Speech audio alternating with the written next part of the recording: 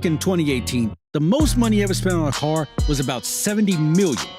It was a Ferrari 250 GTO from 1963. That same year, the record for the most money ever paid for a car at auction was set at $48.4 million, also for a Ferrari GTO from 1962. But now, it seems a 1956 Mercedes-Benz has broken the previous record for the most expensive car ever sold. Wondering who made the purchase? Stay tuned and find out. There are a few factors that contribute to the high pricing of well-known antique cars. Naturally, rarity is the primary consideration. A typical Volkswagen Beetle will never reach more than $1 million, but a one-of-a-kind Mercedes-Benz or Ferrari? At auction, they are almost certain to fetch 7 or 8 figures. Pedigree comes next.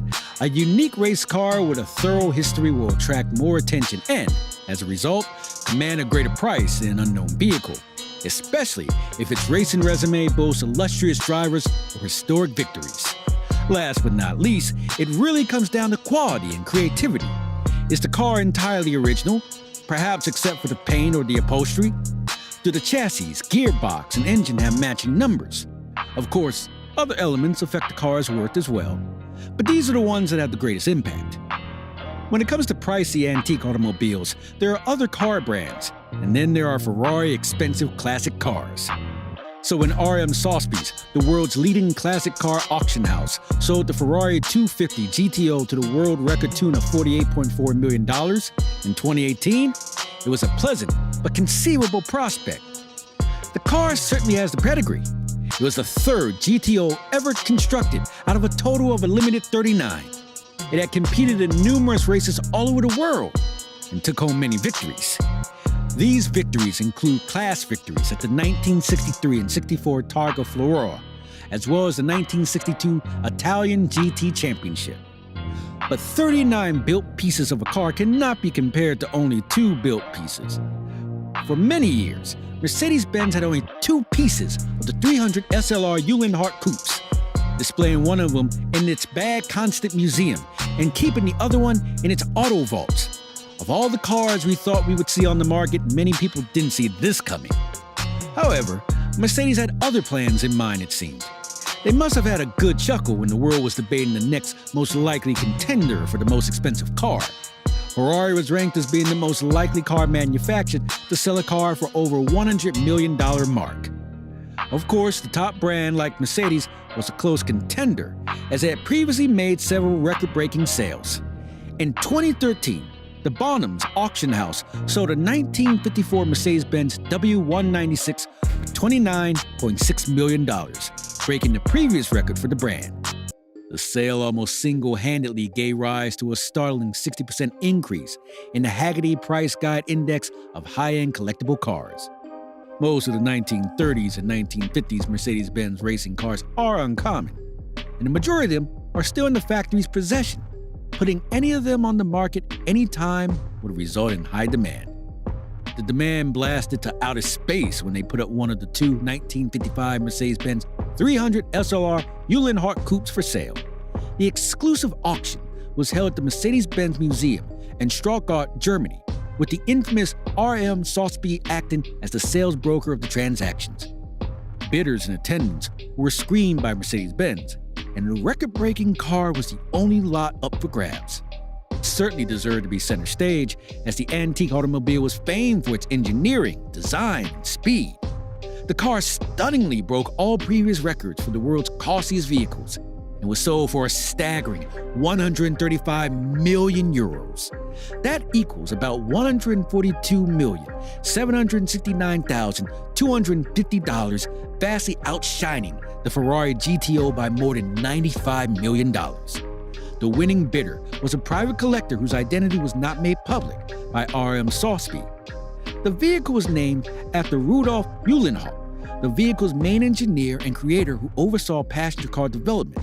Rudolf Uhlenhaut, Mercedes-Benz's director at the time, designed the 2 street-legal 300 SLR Uhlenhaut Coupes and gave them his name as part of a motorsports assault. The vehicle has a 3.0-liter engine that produces 310 horsepower and was the fastest closed-roof car at the time. According to Mercedes-Benz, only a few people have ever driven the car. And although it could reach speeds up to 286 kilometers an hour, it didn't take part in any races. Given that it has never really competed in a race, why did this automobile reach such an absurd price? Understand the Mercedes-Benz 300 SL, its racing history, and the 300 SLR Uhlenhaut Coupe requires a few explanations.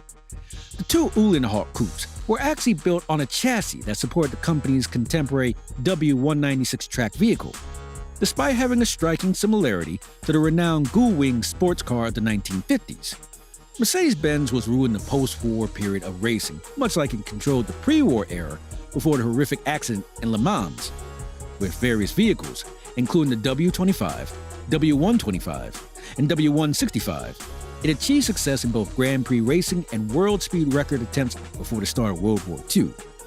The vehicles were among the fastest in the world at the time and became famously known as Silver Arrows. The moniker was a result of unverified claims that one of the vehicle's weight was reduced to meet the legal limit by removing paint and exposing bare metal below. The 2.5-liter supercharged straight-8 engine that powers the W196 chassis was built specifically for racing and produces 257 horsepower. Thanks to cutting-edge fuel injection technology, it possessed a significant advantage over its competitors. The W196S 300 SLR, which features 2 seats and an expanded and more potent engine, is a further development of the W196 chassis. In 1955, Sterling Moss and co-driver Dennis Jackinson won the Mille Miglia road race in Italy in a Mercedes-Benz 300 SLR at an average speed of nearly 98 miles per hour. However, following the tragic collision in the Le Mans endurance race, the brand withdrew from racing. The Mercedes-Benz 300 SLR collided with another car, an Austin Haley, flew into the stands and killed over 80 spectators, leaving hundreds injured. Following the catastrophic event that year, Mercedes-Benz promptly halted all racing endeavors and discontinued the 300 SLR.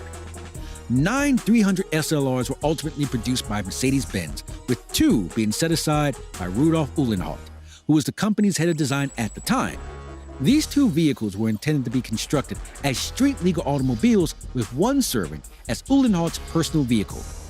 According to Peter Haynes, Marketing and Communications Director at R.M. Sosby EMEA, this is sort of the Mona Lisa of the car world. Just like it's difficult to think of a picture that would be more precious than the Mona Lisa, it's very difficult for anyone to fathom any other car having a value that would exceed this.